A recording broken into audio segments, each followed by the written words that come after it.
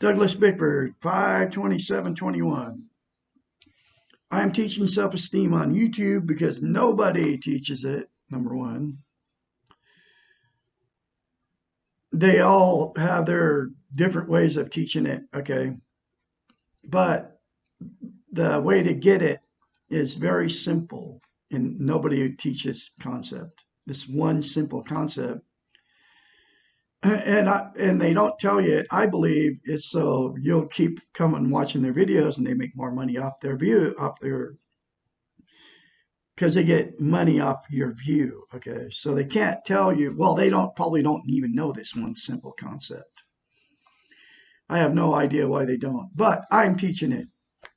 The one simple concept because I don't want any money from you on YouTube. I'm already financially set for the rest of my life. I mean, I just bought and paid cash for my house in Klamath Falls, Oregon, and that's my hometown. And that's where I'm broadcasting from it. You can look out behind me. I live in a really nice neighborhood. I mean, not the upper, you know, they call it Snob Hill or whatever. I'm just a normal guy living in a regular neighborhood. Kids running around, animals running around, you know. There's nice houses and then there's not, people. There's rentals, so, people don't take care of them because they're rentals, but whatever. But I bought and paid cash for my house, and I'm very, very excited about it. First time in my whole life, and I'm 65. Okay. So I don't have a house payment. I got insurance and taxes, and that's it. And that's very cheap. But anyway, the one simple concept is this. And I got it out of the book, The Portable Therapist. She's a doctor of psychology, so she's a psychiatrist, so she knows the brain. Okay. All you got to do to attain self esteem very, very rapidly. I mean, I could start getting it right like after the third time I started saying, I love you in the mirror, and keep saying it over and over again. The more you say it, you can say it as much as you want. The more you say it, the more you believe it, and the more you feel it. And you got to keep saying it. And the reason you won't say it in the mirror the first time is because you don't love yourself. Because in the psychological phenomena behind mirror therapy is, which nobody teaches that either, is you can't say I love you. You can't lie to yourself in the mirror because you're looking at yourself and you can't say it because you don't believe it. So you can't lie to yourself in the mirror. So the very first time you do it, you have to force yourself to do it. I had to force myself to do it. Now I say it many, many times a day. I love Douglas A. Bickford. I'm worthy to be loved. I'm worthy of love. I will not live in guilt in the past, and I will not live in anxiety in the future.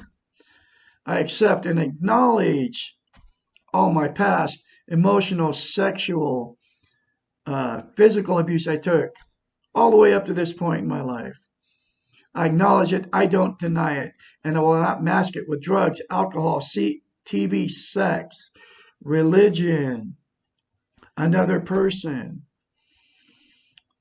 material possessions. I accept and acknowledge and take responsibility for any pain I caused all the way up from till this point to today for the past. I accept and acknowledge, take responsibility for any pain I've caused anybody or any animals or any living things. And I am full of God's goodness. I'm full of God's love. And I'm a good father. I'm a good grandfather. I'm a good husband. Okay. I'm a good musician. I'm very talented. You can say all that in the mirror and it will come to pass if you say it in the mirror. The more you say good about yourself in the mirror, the more goodness you'll get, and the more you feel it and the more you believe it. That's the way mirror therapy works, folks. Try it. Okay. Anyway, so this is okay, and I get all these I got all these concepts out of the book, The Portable Therapist. Okay.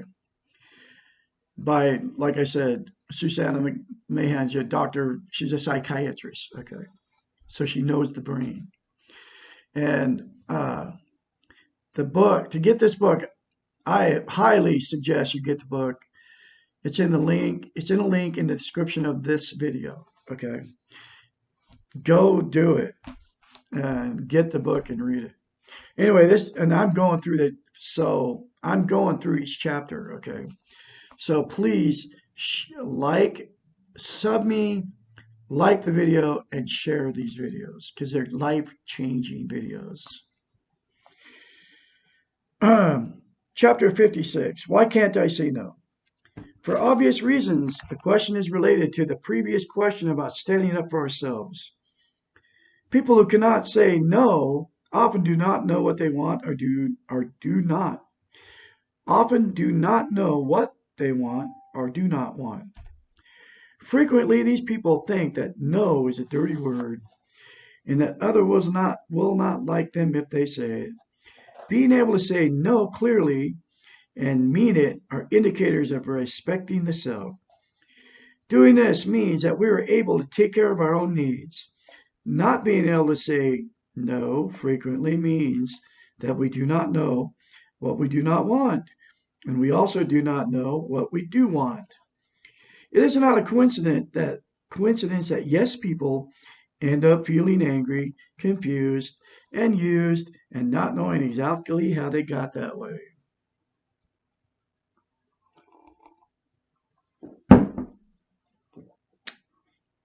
It is also not a coincidence that people who never say no end up with people who rarely say yes to them.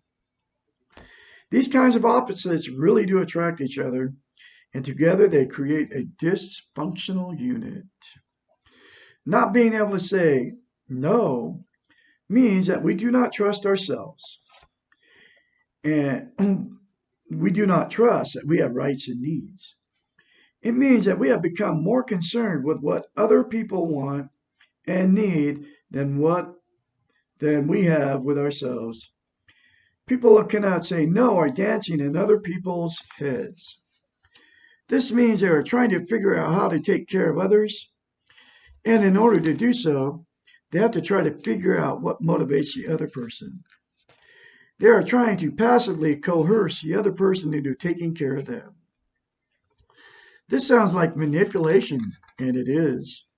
By never saying no to anyone else's demands or needs, we are expecting them to never say no to our own demands and needs.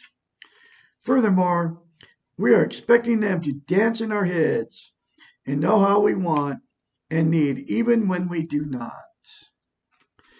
The fact of the matter is that no one can really be in someone else's head. There's only room for one person per head, and that is the person who owns the head. Makes sense, doesn't it? Dancing in someone else's head means that we are not spending time in our own heads. It means we're not taking care of ourselves. It also means that we cannot know what we need and want.